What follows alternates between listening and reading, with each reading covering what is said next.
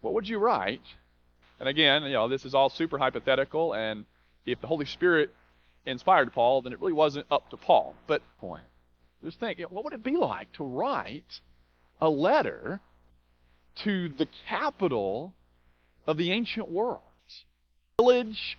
This is not even a city that is, you might think of Philippi or Colossae. I mean, those are some decently sized cities.